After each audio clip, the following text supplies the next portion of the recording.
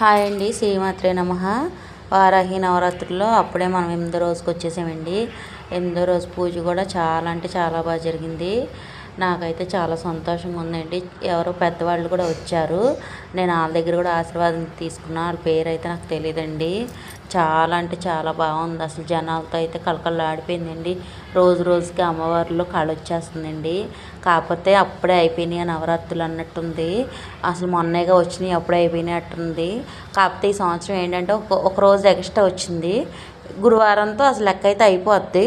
కాకపోతే శుక్రవారం ఇంటికి వచ్చిన ఆడపిల్లని మనం ఎలా అయితే ఇంటి నుంచి బయటికి పంపించమో అమ్మవారిని కూడా ఎలా పంపిస్తామండి. ఆడపిల్లకే మనం అంత విలువ ఇచ్చినప్పుడు అమ్మకి ఇంకెంత విలువ ఇవ్వాలి. అమ్మను కూడా మనం శుక్రవారం నాడు పంపించాం కాబట్టి శనివారం నాడు మనం అమ్మవారిని పంపిస్తామండి. మీలో ఇంకెవరైనా రావాలి అనుకున్న వాళ్ళు ఇంకా 2 రోజులు మాత్రమే టైం ఉంది. గురు శుక్రు ఈ 2 రోజులు మాత్రమే మనకి అక్కడ కుంకుమ పూజ జరుగుతుందండి. ఇంకా శనివారం నాడు మాత్రం బాగా ఘనంగా పూజలు అయితే జరుగుతాయి. అసలు ధూపం చూసారుగా, అసలు అమ్మవారే కనబడతలే. ఆ ధూపంలో అమ్మవారికి ధూపం అంటే చాలా ఇష్టం అండి.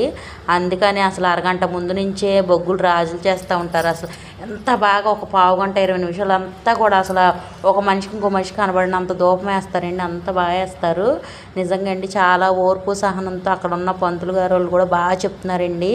మాకు ఎలా ఉండాలి, ఎలా బతకాలి, ఎలా తినాలి, ఎలా ఉండాలి, అసలు అన్నీ ప్రతిదీ ఆడవాళ్ళకి ప్రతిదీ కూడా చక్కగా చెప్తున్నారండి. నిజంగా ఇలా చెప్పిన వాళ్ళని అయితే నేను ఇంతవరకు చూడలేదు. చూసారుగా జనాలతో ఎలా నిండిపోయింది. అసలు వెనక ఎదర కూడా ఎక్కడ ఖాళీ లేదండి. ఇంకా మీకు వచ్చే అవకాశం 2 రోజులు ఉంది. రావాలనుకుంటే రావచ్చు. ఇదైతే బుధవారం వీడియో అండి. తెల్లారితే 9వ రోజు. అసలు ఆ నవరాత్రులు అయిపోయినందుకు నాకు చాలా బాధగా ఉంది.